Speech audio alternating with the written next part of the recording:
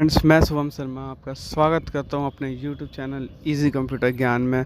So friend, आज मैं आपके साथ डिस्कस करने वाला हूं फाइनेंशियल स्टेटमेंट के बारे में। जो फाइनेंशियल स्टेटमेंट हम निकालते हैं उसके बारे में। ये स्टेटमेंट हमारी प्रॉपरली बैंक से लोन के ऊपर रहेगी।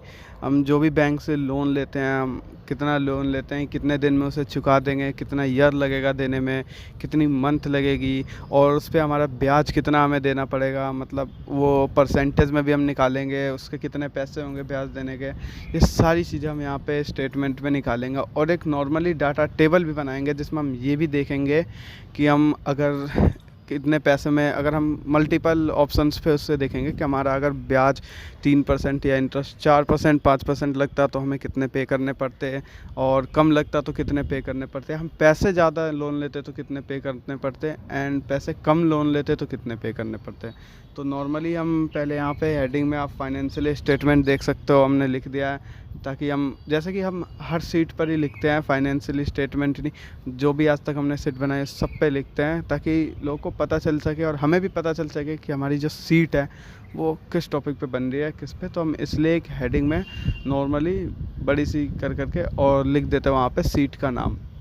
सो देन उसके बाद हम यहाँ पे नीचे नॉर्मली लिखेंगे हम उस चीज़ को जो हम यहाँ पे बना रहे हैं। अब इसमें कोई भी सीरियल नंबर वगैरह नहीं है। अब इसमें लोन अमाउंट लिखेंगे, जैसा कि मैंने बैंक से लोन लिया 5 लाख, तो मैंने यहाँ पे 5 लाख लिख दिया। ठीक है, आप जितना निकालना चाहते हो जितने का उतना लिख दो।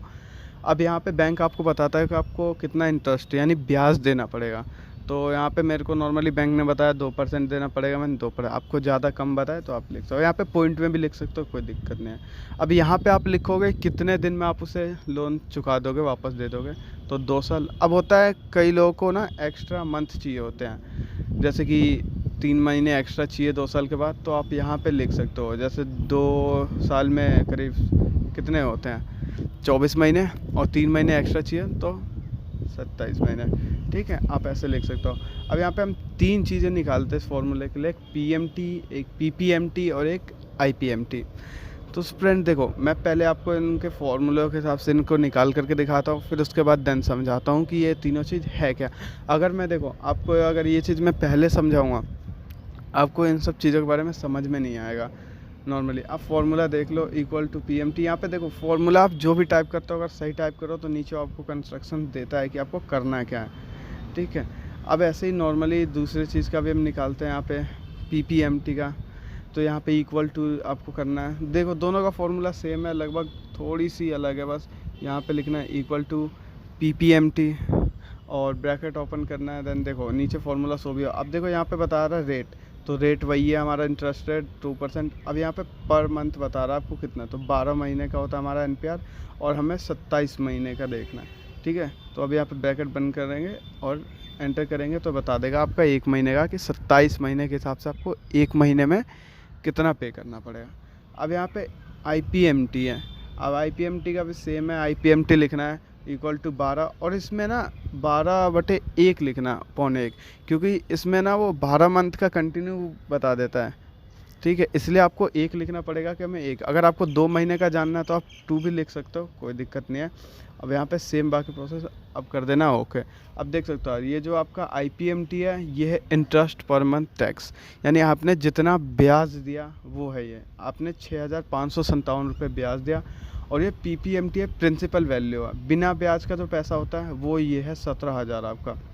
और दोनों को जोड़ करके आपको उन्हें बैंक को जो दिया वो ये है आपका कितना, 24,146 रुपये। अब देखो यहाँ पर दोनों को प्लस भी मैंने किया तो सेम आ रहा है ब्याज को और नॉर्मल पैसे को। अब देख सकते हो, हमें अगर ब्याज नहीं लगता तो हमें नॉर्मली 17,000 देने पड़ते हैं, लेकिन अगर हमारा ब्याज जो है वो 6,000 लग रहा है तो दोनों को जोड़ करके हमें 24,000 बैंक को पे करने पड़ रहे हैं। अब हम यहाँ पे एक स्टेटमेंट निकालेंगे, तो इसके लिए हमें यहाँ पे पीएमटी को कॉपी कर लो, या फिर आप इन दोनों को प्लस करके देख लो, ताकि आपको लगे भी कि हाँ आपका फार्मूला जो लगा है वो सही लगा है। अब यहाँ पे जब तक का आपको निकालना है, जैसे मेरे को स्टेटमेंट चाहिए 1 लाख से लेकर के 10 लाख के बीच तक का निकालना है, तो मैं इनका देख सकता हूँ। अब आपको अगर स्टार्ट करना 10,000 से भी, आप जब तक का निकालना चाहो 10 करोड़ तक का, या फिर कितने का भी निकालना चाहो, तो यहाँ पे एक स्टेटमेंट बना सकते हो, कोई दिक्कत नहीं है। अब यहाँ पे आप परसेंटेज भी उसकी बना सकते हो कि कितने कितने परसेंटेज पे मुझे जानना है। अब इसमें पॉइंट में भी लिख सकते हो कि मेरे को अगर 1.875 जो भी इतना परसेंट लग रहा है ब्याज या इंटरेस्ट, तो उसकी कितनी निकले। अब इसको आपको सिलेक्ट करना है व्हाट इफ में जा करके, और यहाँ पे करना है आपको डाटा टेबल। अब डाटा टेबल में देखो रो इनपुट सेल पूछ रहा है, हमारे रो में क्या है, इंटरेस्ट रेट है, हमने परसेंटेज पे लिखा है ब्याज, तो ये हमें ब्याज सेलेक्ट करना है। और कॉलम इनपुट सेल में हमारा देखो कॉलम में अमाउंट है, तो हमें अमाउंट अपना सेलेक्ट करना है जितना हमने बैंक से लोन लिया। अब ये आप एंटर करोगे तो देखो सारी चीज़ें माइनस में आएगी, क्योंकि जो हमारा ये है ये हम घर से दे रहे बैंक वालों को, हमें मिल नहीं रहा, मिल चुका है बाद में लेकिन अभी हमारे घर से जा रहा है, तो इसलिए माइनस में। हम इसे डॉलर में और कन्वर्ट करेंगे। अब आप यहाँ पे देख सकते हो एक स्टेटमेंट नॉर्मली कि यहाँ पे हमारा जो है हमने कितने पे लिया, आप मैच कर सकते हो खुद। देखो हमने 5 लाख रुपए का ब्याज लिया और हमने लिया था 2% पे, तो आप यहाँ पे देख सकते हो 5 लाख का ब्याज 2% पे 24,146 रुपये है यहाँ पे। देखो तो हमारा सीट बिल्कुल ही सही है।